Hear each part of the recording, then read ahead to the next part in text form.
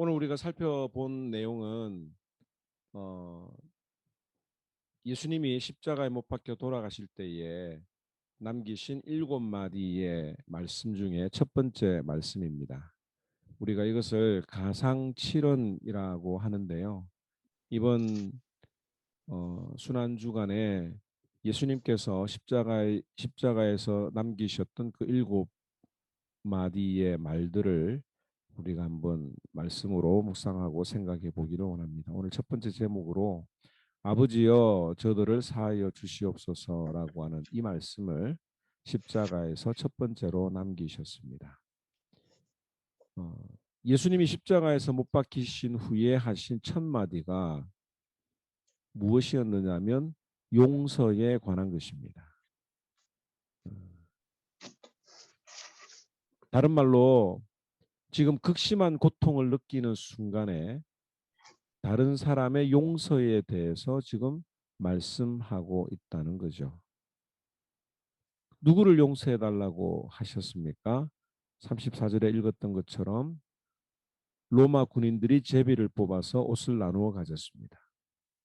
또 백성은 서서 바라보고 있었고 지도자들은 비웃으면서 이렇게 말을 했지요. 이 사람이 다른 사람은 구원하였으나 자신은 구원하지 못했다. 정말 그가 하나님의 아들이라면 자기부터 구원해 봐라고 하는 이 자신을 죽이려고 하는 사람들. 또 가장 극심한 육체적인 고통을 겪는 예수님에게 조롱을 퍼붓던 자들을 용서해 달라고 주님은 기도하셨습니다. 사실 충격적인 내용이죠. 우리가 살아가면서 다른 사람들에게 상처를 받은 경험이 아마 있을 것입니다. 상처의 깊이는 사람들마다 다르지만 이 세상에서 가장 힘든 것 중에 하나가 바로 용서라고 하는 것이죠. 자녀들에게 폭언과 폭행을 일삼던 아버지를 용서하기가 쉽지 않을 것입니다. 또 온갖 독한 말로 내 마음을 후려팠던 시어머니를 용서하기도 쉽지 않을 것이죠. 친구에게 돈을 빌려줬는데 어, 돈을 못 받아서 사업이 쫄딱 망한 분들도 아마 그럴 것입니다. 나는 너무너무 힘들게 살고 있는데 내 돈 떼먹은 사람은 잘 먹고 잘 사는 것을 보고도 용서할 수가 있을까요? 더 나아가서 나에게 성추행이나 성폭행을 가했던 사람들도 용서할 수 있을까? 또 요즘에는 이 학창 시절에 괴롭혔던 일진들에 대해서 어, 그 미투 운동이 일어나고 있는데요. 누군가를 용서한다고 하는 것은 너무너무 힘든 일이라고 하는 것을 우리는 잘 알고 있습니다. 나름대로 용서해 보려고 아마 시도도 해보지만 그게 이 마음대로 잘 안 되는 것 같아요. 그런데 우리가 이 용서에 대해서 잘못 알고 있는 것 중에 하나가 그냥 지나간 일을 덮어두자라고 생각을 하는데 이것이 진정한 의미의 용서가 아닙니다. 어, 과거에 잘못했던 일들을 그냥 묵인하고 지나치는 것이 용서가 아니고 어, 전혀 잘못이 없었, 없었던 것처럼 대하라고 하는 것도 아니죠. 음. 또한 가지 우리가 생각해 봐야 될 문제는 나는 용서할 마음의 준비가 되어 있는데 상대방이 용서를 하지 않는데 그런 경우에도 내가 용서를 해야 되는가라고 하는 그런 딜레마에 빠지기도 합니다. 이 용서라고 하는 헬라어 의미 중에 두 가지 의미가 있는데요. 하나는 어, 떼내어 버리다라고 하는 뜻이 있습니다. 다른 사람들에게 붙어 있던 그 잘못했다고 하는 딱지, 기록을 떼어 버려 주는 것이죠. 이게 바로 용서의 의미입니다.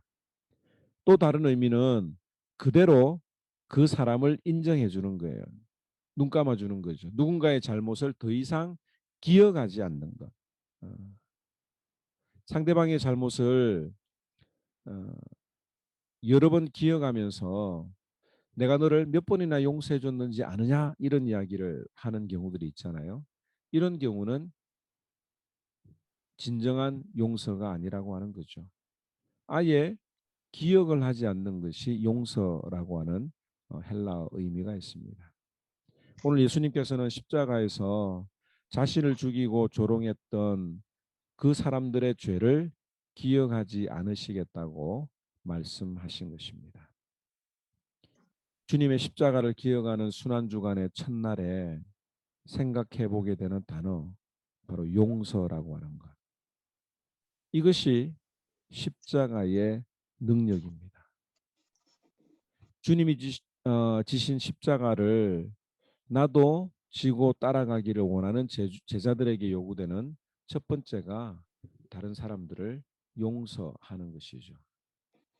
그럼 우리는 왜 다른 사람들을 용서해야 합니까? 나도 주님께 용서를 받았기 때문이에요. 마태복음 18장에 나오는 우리 1만 달란트 빚진 자의 비유를 아마 다 알고 계실 것입니다. 어, 주인에게 1만 달란트의 빚, 뭐 평생 일해도 갚지 못하는 빚을 탕감받았기 때문에 나도 다른 사람의 빚을 탕감해 주는 것은 당연한 일이라고 하는 거죠. 내가 다른 사람에게 1만 달란트를 빚지고도 그 사람이 나를 용서해 주셨는데 나는 내가 받아야 할 100데나리온을 받기 위해서 모든 수단과 방법을 가리지 않는 그런 사람들을 가리켜서 우리가 무엇이라고 생각합니까? 여기 1만 달란트는 뭐 어떤 분들은 3조라고 이야기를 하고 있고요. 이 100데나리온은 그 100일 동안 일해서 갚아야 되는 품삯이라고 이야기를 합니다. 그러니까 한 3개월 정도 일하면 갚을 수 있는 그런 금액이죠.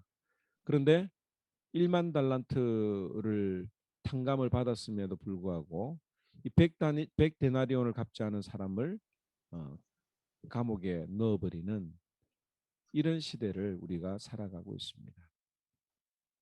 그러므로 다른 사람들을 용서해 줄 수 있는 제자의 삶을 살아가는 사람들은 내가 받은 상처, 내가 다른 사람들에게 받은 마음의 상처보다도 내가 받은 은혜가 더 크다고 하는 것을 아는 거죠. 이것이 바로 십자가의 원리입니다. 우리가 주기도문 외울 때도 우리가 우리에게 죄 지은 자를 사하여 준 것 같이 우리 죄를 용서해 달라고 기도합니다.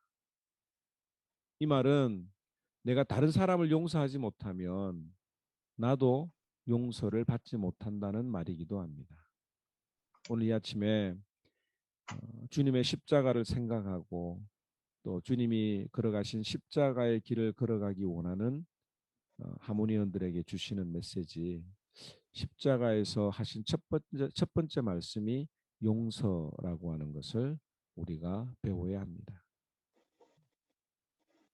그럼에도 불구하고 이 용서하기가 쉽지 않은데 성경은 이 용서를 어떻게 할 수 있는지에 대해서 몇몇 사건들을 통해서 우리에게 알려주고 있는데요.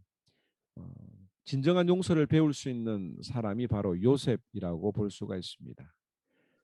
애굽의 국무총리가 되기까지 얼마나 많은 시련과 고통을 겪었습니까? 어, 그런데 자신을 죽이려고 했던 형들을 다시 만났을 때에 정말 복수하고 싶은 마음이 들지 않았을까 생각을 해보게 됩니다. 제가 만약에 요셉이라면 분명히 골탕 먹이고 싶고 뭐 용서는 나중에 해주더라도 정말 저들에게 복수를 하고 싶은 마음이 들었을는지도 모르겠습니다. 그런데 요셉은 형들을 용서해 줄 뿐만 아니라 그들의 장래까지도 책임을 지겠다고 했습니다. 아버지가 돌아가셔도 내가 형들과 형들의 가족들을 책임지겠다고 하는 이야기를 약속을 하는 거죠. 어떻게 요셉은 이렇게 할 수 있었을까? 그 이유는 형들에게 받은 미움보다는 하나님께 받은 은혜가 더 컸기 때문에 가능했던 것입니다. 형들을 미워하는 마음보다 하나님이 나에게 베풀어 주셨던 그 놀라운 사랑과 은혜가 훨씬 더 컸기 때문에 그 복수하고 싶은 마음조차 들지 않았던 거죠. 어, 설교를 준비하면서 어떤 유튜브를 제가 한번 이렇게 뭐 지나가다가 듣게 되었는데 어떤 분은 말하기를 이 요셉이 자신의 형들을 아무 조건 없이 용서한 것이 아니라고 말합니다. 형들이 회개했기 때문에 요셉이 용서를 했다고 설명을 하죠. 그러면서 진정한 용서는 상대방이 자신의 잘못을 뉘우쳤을 때에 진정한 용서가 가능하다라고 생각을 한다고 자기 주장을 펼쳤습니다. 그리고 그 밑에 달린 댓글을 보면 모두가 다 통쾌하게 생각하고 그렇게 하는 것이 진정한 용서라고 하는 댓글을 제가 보게 되었습니다. 여러분들은 여기에 대해서 어떻게 생각하시나요? 어, 상대방이 용서할 준비가 되어 있지 않은데 그럼에도 불구하고 용서를 해 주어야 하는가? 아니면 상대방이 자신의 잘못을 알고 나에게 용서를 구할 때에 내가 용서해 주어야 한다고 생각하십니까? 저는 이 말씀을 생각을 하면서 어, 생각을 한번 해봤어요. 그러면서 드는 생각이 하나님은 내가 회개했기 때문에 용서를 해주시는 겁니까? 아니면 용서하기로 작정하셨기 때문에 내가 회개한 것인가에 대해서 한번 생각을 해봤어요. 그런데 우리가 창세기 45장 7절에 보면 요셉이 이런 고백을 하죠. 하나님이 큰 구원으로 당신들의 생명을 보존하고 형들의 생명을 보존하고 당신들의 후손을 세상에 두시려고 나를 당신들보다 먼저 보내셨나니 그런즉 나를 이리로 보낸 이는 당신들이 아니요 하나님이시라고 고백을 합니다. 그러니까 요셉의 마음속에는 지금 형들이 나를 괴롭혔던 이런 마음보다도 하나님이 나를 이곳에 보내주셨다고 하는 그런 확실한 신앙 고백이 있었기 때문에 그 형들을 용서할 수가 있었던 것입니다. 오늘 아침에 이 십자가를 묵상하면서 자신을 십자가에 못 박던 군인들과 조롱하는 자들을 위해서 용서해 달라고 기도하셨던 것처럼 나도 용서해 주는 삶을 살게 해달라고 한번 이 아침에 기도하는 것이 좋겠습니다. 용서할 수 있는 이 용기는 하나님의 풍성하신 은혜로부터 나오는데 어, 하나님 앞에서 용서하기로 내가 결단하면 오히려 하나님의 풍성한 은혜가 내 삶에 넘쳐나는 것을 알 수 있습니다. 오늘 아침에 혹시 찬양을 들으실 텐데 찬양 들으시면서 기도 중에 용서해야 될 사람들이 기억난다면 지금 당장 용서하는 것은 쉽지 않을지도 모르겠어요. 그러나 기도는 우리가 할 수 있습니다. 누가복음 6장 28절에 너희를 모욕하는 자들을 기도하라고 하는 말씀을 붙들고 말이죠. 여러분들이 잘 알고 있는 것처럼 아브라함 링컨에게는 아주 그를 반대하는 정적이 있었습니다. 스탠턴이라고 하는 사람인데 대통령 후보로 경합을 벌일 때에 이 스탠턴은 링컨을 아주 신랄하게 헐뜯었습니다. 링컨의 이름을 부르는 대신에 사람들 앞에 저 깡마르고 무식한 자를 보라고 불렀어요.